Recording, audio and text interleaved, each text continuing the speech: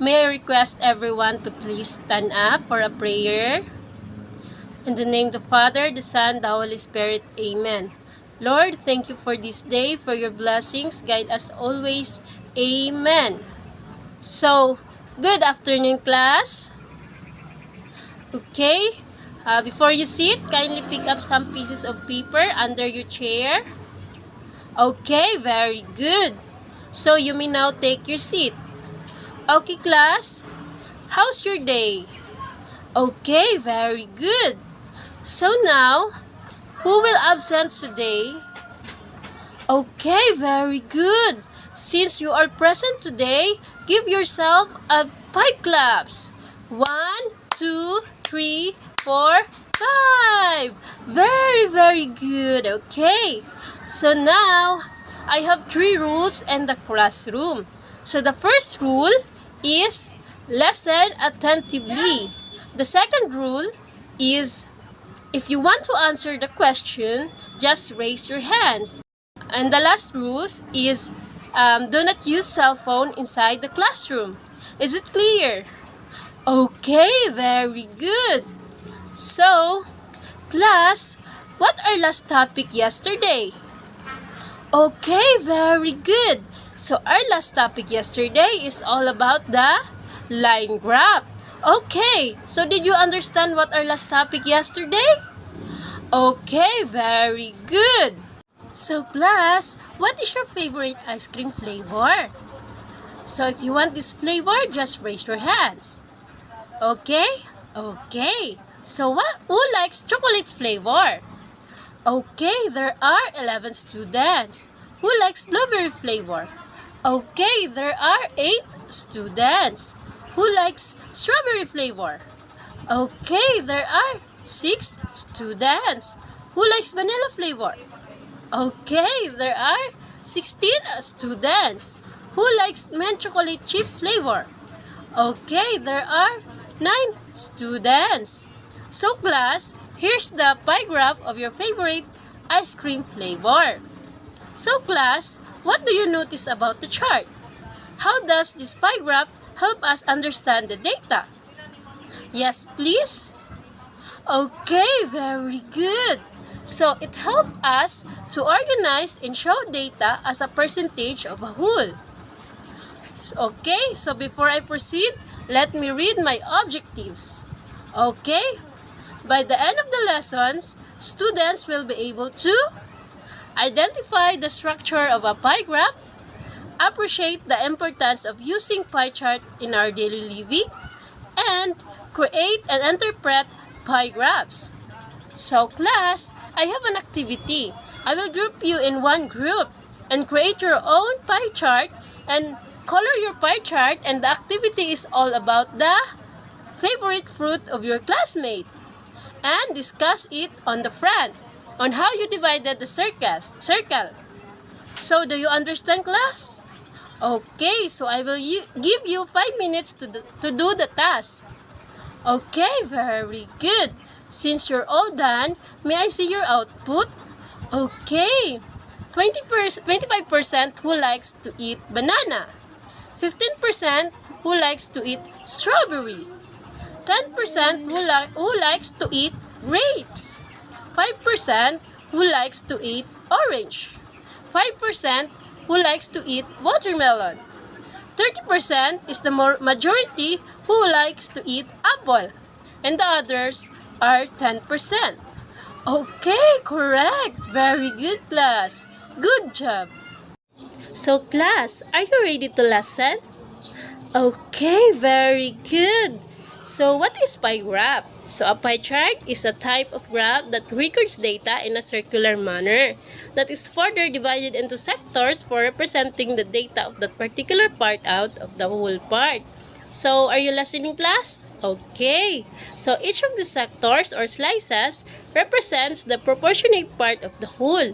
So, pie chart, also commonly known as pie diagrams, help in interpreting and representing the data more clearly. So, it is also used to compare the given data.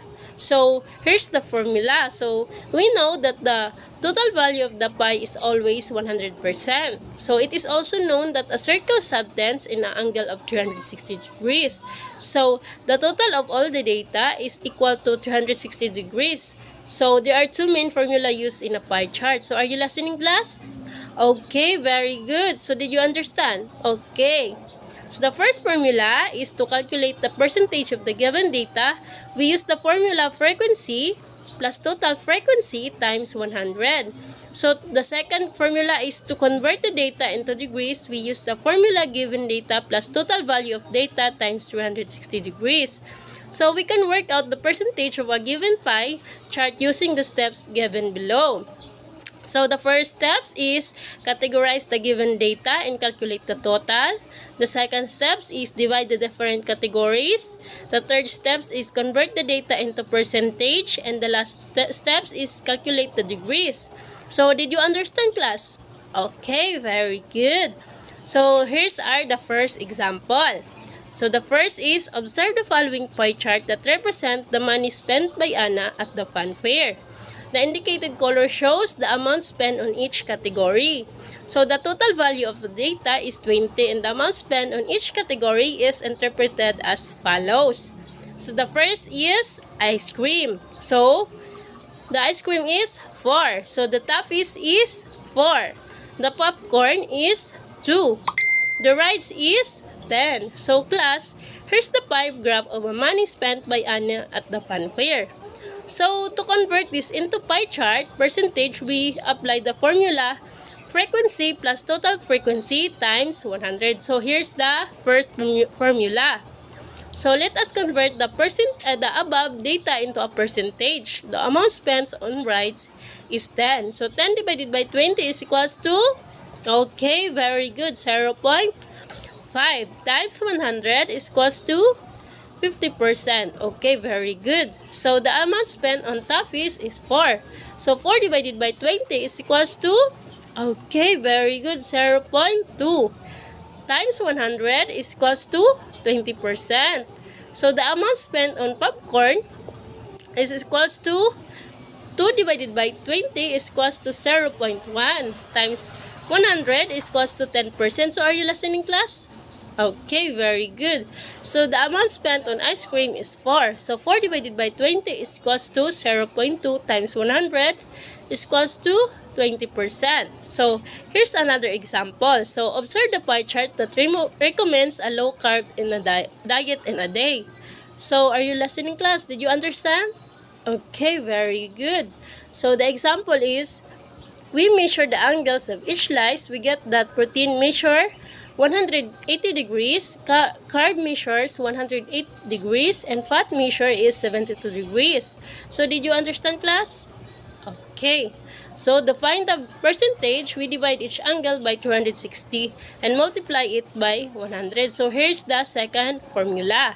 So the protein is equals to 180 divided by 260 is equals to, okay, very good, 0.5 times 100 is equals to 50%. So the carb is 108. So 108 divided by 260 is equals to 0.3. Very good. So times 100 is equals to 30%. So the fats is 72. So 72 divided by 260 is equals to, okay, very good, 0.2. So times 100 is equals to 20%. So this is the pie graph of a low carb diet. So the protein is 50%, the carb is 30%, and the fats is 20%. So did you understand, class? Okay, very good. So class, we have an activity. So I give you a task. So I will divide you into two groups. So the first group, create a pie graph. So the task is the number of pets in the class or what type of pets they own, like dog, cats, birds, rabbits, and hamster. So did you understand first group? Okay, very good. For second group, create also a pie graph. So the task is, what are the favorite hobbies of your classmates? So did you understand second group? Okay, very good. So I will give you 10 minutes to answer. So since you're all finished your task, okay, so for group 1, the question is, what is the most common pet and what is the least common pet? Okay, very good. So the most common pet is the dog, which is 40%, and the least common pet is the bird and rabbits, which is 10%. Okay, very good. So for group 2, here's your question. What is the most common hobbies and what is the least common hobbies of students? Okay, very good. So the most common hobbies of the students based on the color is cooking, which is 22%, and the least common hobbies is stitching, which is 11%. So very good class. So since you all understand what our topic today, so I will give you a quiz. So this is a question that you need to answer. So since you all understand our topic, so did you understand, class? Okay, very good. So the first question is, what does a pie chart represent? Okay, very good. So the pie chart represents data in a pictorial form, making it easier to visualize and understand the proportionate parts or composition of a data set. Okay, very good. So the second question is, how do you calculate the percentage of each slice? Yes, please.